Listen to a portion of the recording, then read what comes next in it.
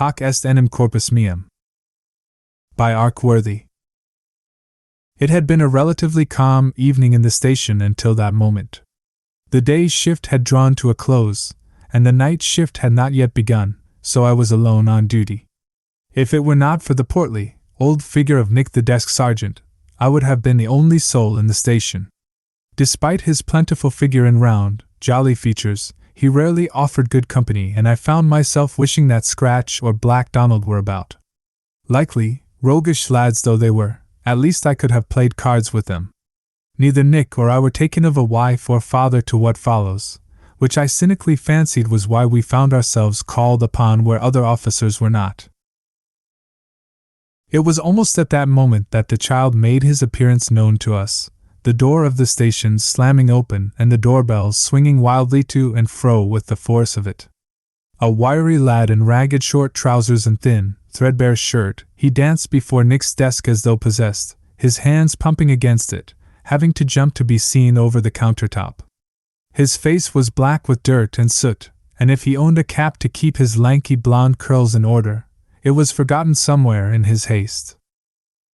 "Please, sir, I have information," the boy squealed, but Nick took only the most cursory glance at him beneath bushy eyebrows. Having no children himself, his irritation at being reminded of their existence was evident. Nevertheless, he took a statement from the stricken child while all kindness fell to my own person. It was all I could do to offer him a nip of brandy to keep out the evening chill. The questioning went on for some time, during which the boy continued to hop nervously. He eventually told us of an altercation at the Crossroads pub on Milton Terrace, after taking pains to tell us that he was only about to see his mother, who worked therein as a pot washer. This drew the only smile I'd seen all day from Nick, a wry grimace at best. Many of the local children used this excuse to cover for their sly thievery, neglecting to add that they always left the pub with a stray watch or money purse. Satisfied that we'd swallowed his sharp deception, we finally managed to glean some details, such as they seemed to be. It appeared that one patron had been struck by another man over some meaningless matter with a cane blow so wicked that it cracked his head. The boy wept as he relayed his tale to us both, and I offered him the rest of my flask to calm him, which he accepted gladly before continuing. "It happened so fast, sir, that I could hardly even make it out myself. The one man, well dressed, he was, turned to the other and just lashed at him. It was so vicious that he fell dead on the spot. There was nothing overly strange about this. The Crossroads was well known as the sort of place a man might lose his life to the sore loser of a dice game, even if a policeman were 2 strides away. I would not have given it another thought, and let the child keep the rest of the flask as reward for his community, had he not continued. But he never run, sir. Did nothing but turn and look at me as though I were the only child he'd ever seen, and he says, 'Go fetch a policeman.' Just like that, sir, I swear, 'Go fetch a policeman,' he said. So I came as quick as I could if you please, sir." The boy, willing to say nothing else, allowed himself to be guided to a bench by the desk sergeant, to be tended to as softly as the limits of his slender patience would allow. I was little satisfied with my own lot, the sole constable on duty due to a combination of the change in shifts and the breakout of a church fire on George Avenue, but there was nothing for it but take up my truncheon and handcuffs and make my way to the Crossroads. I arrived expecting chaos, but found instead the pub deserted. An uneasy calm settled over me as I crossed the threshold. Not the calm of serenity, but the ill at ease that follows a storm. All around me were upturned tables and smashed ale-pots, and beside them lay the patrons of the doomed establishment, their faces blind with terror, and their bodies twisted and broken out of all natural shape as though tossed and buffeted about by the crude whims of a hurricane. Glassy eyes stared up at me all at once, and I must confess that duty was not foremost in my mind. I wanted to quit the place at once, and a keen, roaring sickness in the pit of my stomach urged me expel myself on the spot in a way that I had not done since my time as a young soldier. I believe I would indeed have fled that terrible place had I not then cast my eyes on the only living soul in the room. I had not seen him on entering, but now that I had beheld the figure. It was incredible that I could not have seen him earlier. He stood as tall as I was, but his heft of frame was grotesque, belly bulging from the waistband of his immaculate evening dress and chin screaming to escape his collar. Perhaps it was the rising sickness, or the stark horror of my situation, but I fancied darkly that every terrified corpse was looking directly at him.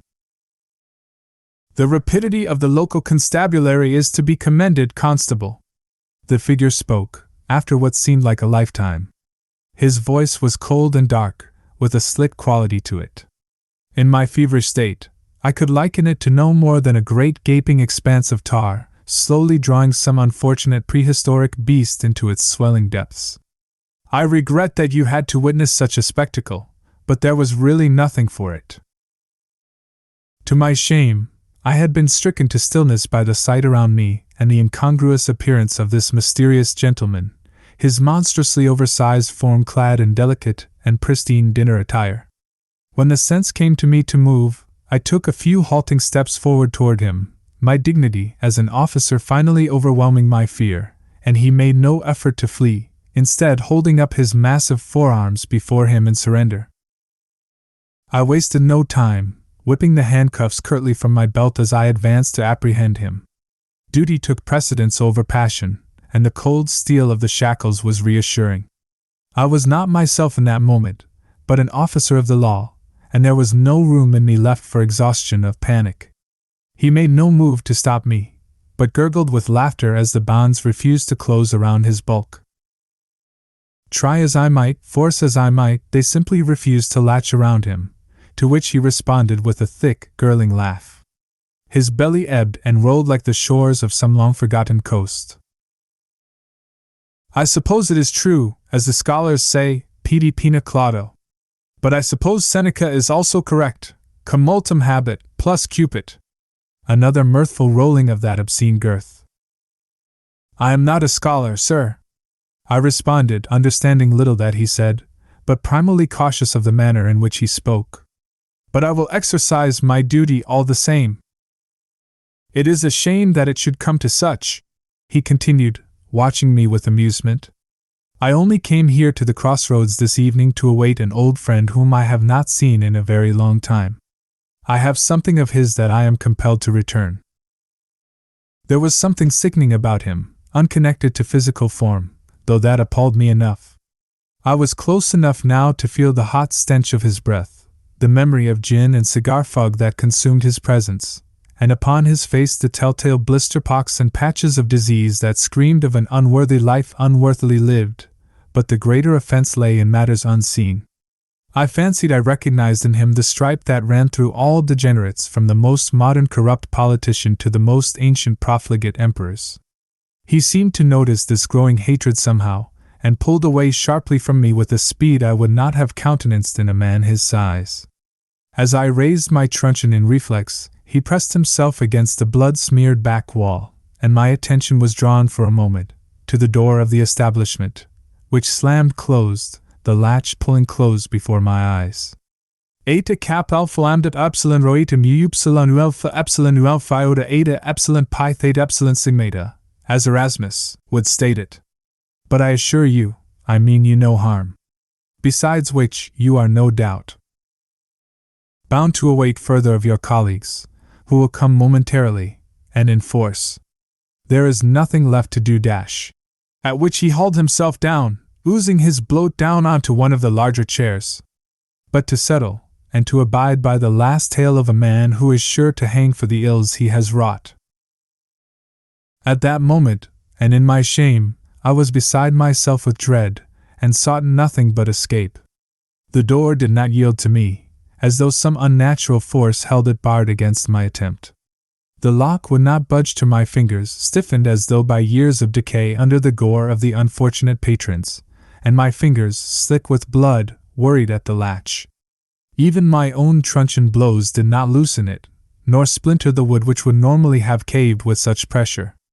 Looking down upon my trembling, blood-stained fingers, I had not felt so helpless since those long-forgotten days in Egypt, when as a boy soldier I wept in the sand while all others of my regiment bled their last upon it. Eventually, I would be quelled from my terror by no greater comfort than a lack of options.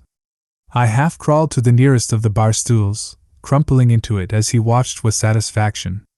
"There's a good chap," he rumbled, with a mock comforting smile. Short, fat fingers worked to snip the end of a cigar, and as he lit it, I could almost see the shadow of other, far older features passing over his in the flame. "Just sit there and listen. There really is nothing for it.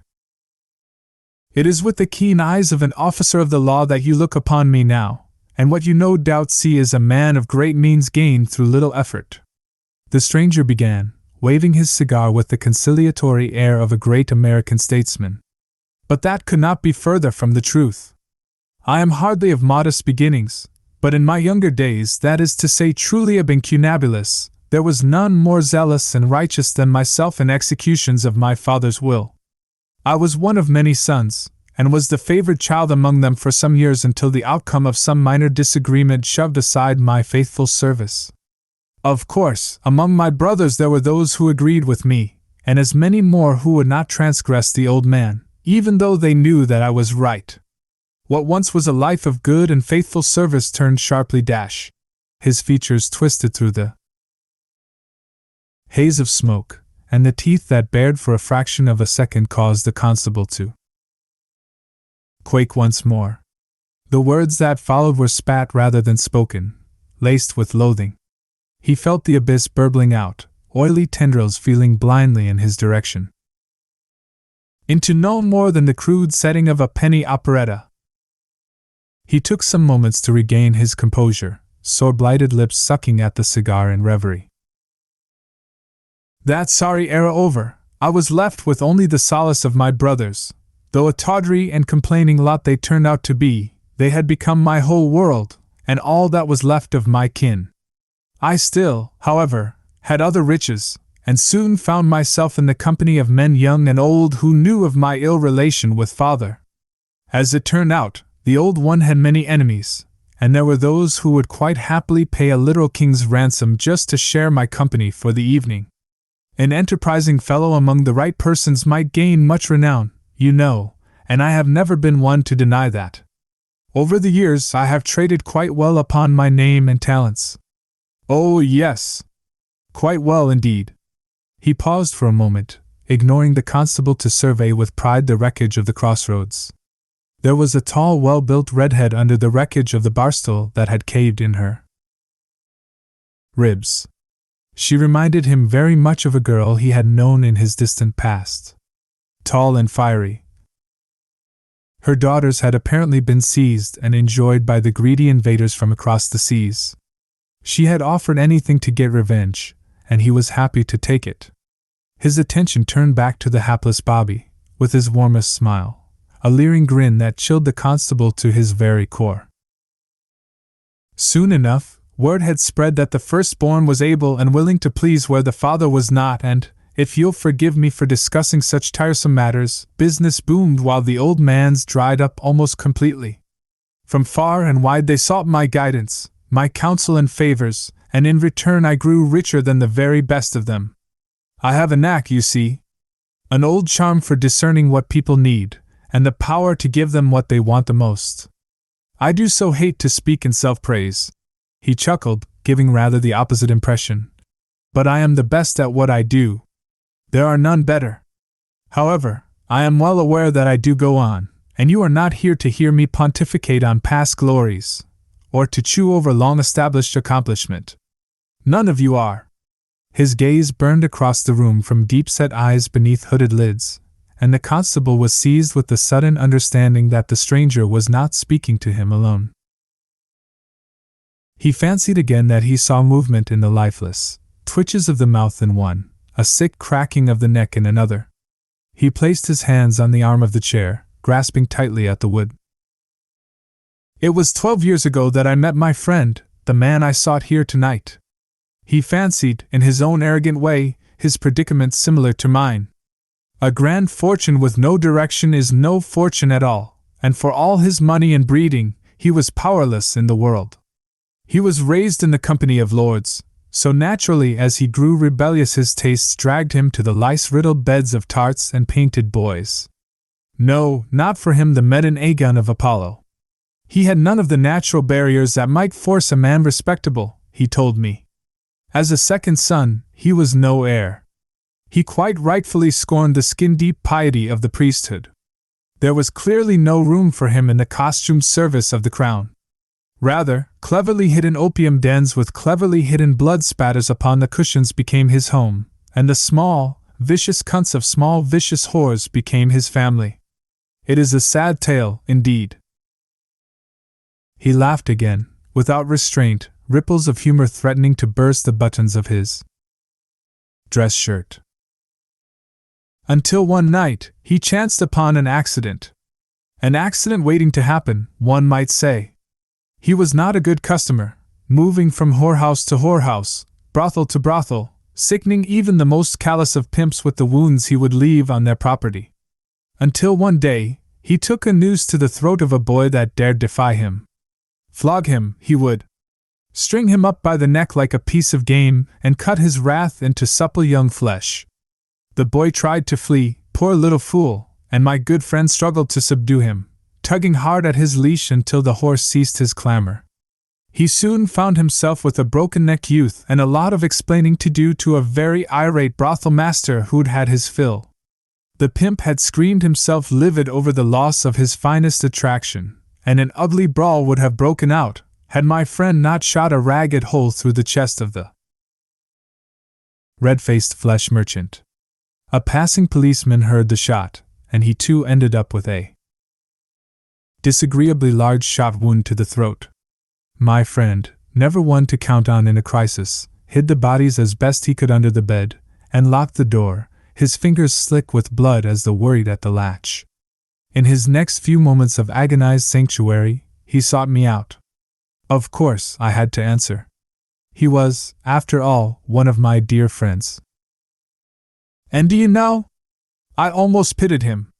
The mysterious stranger jabbed out the last dying ruins of his cigar in the shards of an ale glass before lighting another.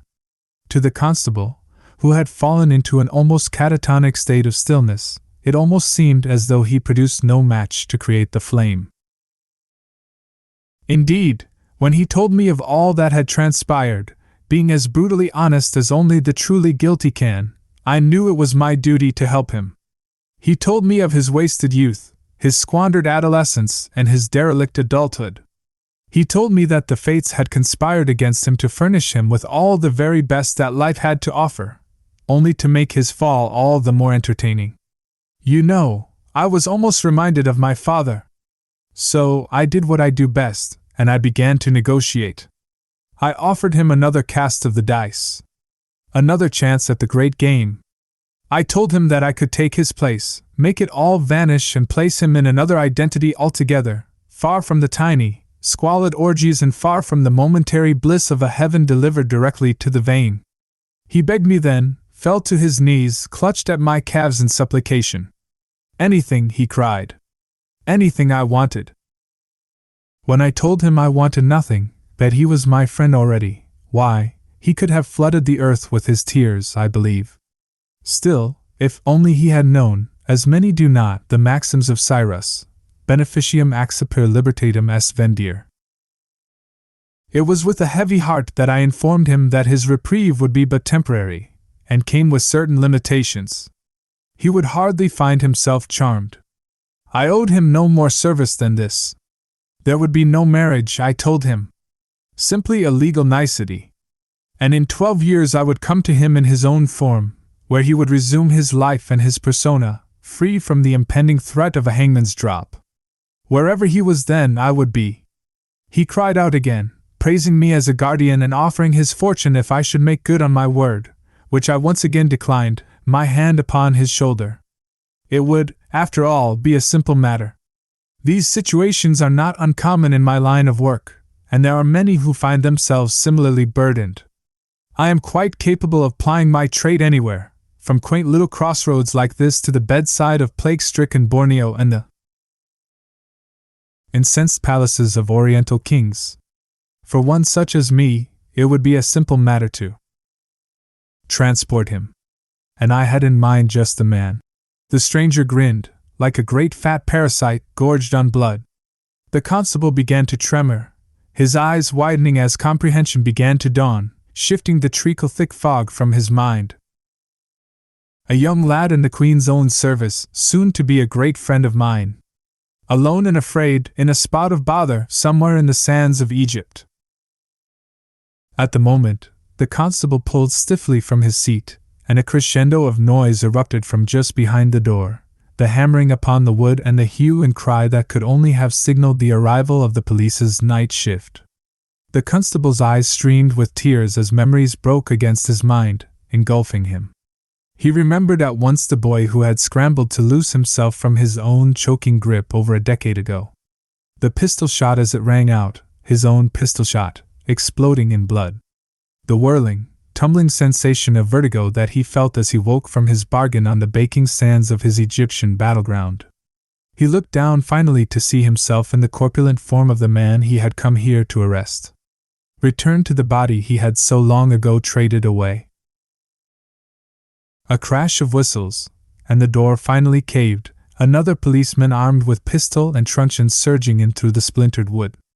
The constable let out a quick and sudden cry of terror, pointing at the stranger's figure, no longer quite so strange as he tried in vain to haul his vast expanse bodily from the chair. He remembered everything now, everything that he had done, but try as he might, he could not lift himself. One of the policemen, a sergeant named Johnny, leveled his pistol at him, and he could only raise his feeble, meat-clad arms in response. He could not hear what the constable said to him over the pounding of his heart, but he saw the look of hatred in the sergeant's eyes as he surveyed the room, taking in the macabre display. Once more he tried to raise, this time managing to shamble the heft of his frame forward a few steps. The constable shouted once more, and the quick crack of pistol fire brought his now bloated body crashing down among the debris, blood staining the front of his dress shirt. Unable to move, he could only watch as the stranger, clad in his own borrowed guise, shook his head, aghast, rounding on the sergeant. "No!" he cried, in feigned distress. "Don't you know who that is?" The sergeant, now cooled from the folly of his passions, knelt and turned him over with no small amount of struggle. As the truth dawned on him, his features sagged. The constable was behind him now, a hand on his shoulder. The sergeant knew who he was. The powerful son of a powerful man. The assembled dead might have been evidence to any other family, but with the help of solicitors and control of high court barristers, the rich could easily discount the circumstance of a few dead wastrels. He looked up into the constable's eyes, wordlessly, and in his anguish, he fancied that he saw something else. "You're a dear friend, Sergeant," said the constable, in a tone that reminded him of nothing more than the hopeless dark of an ancient ocean. "I think I might be able to help."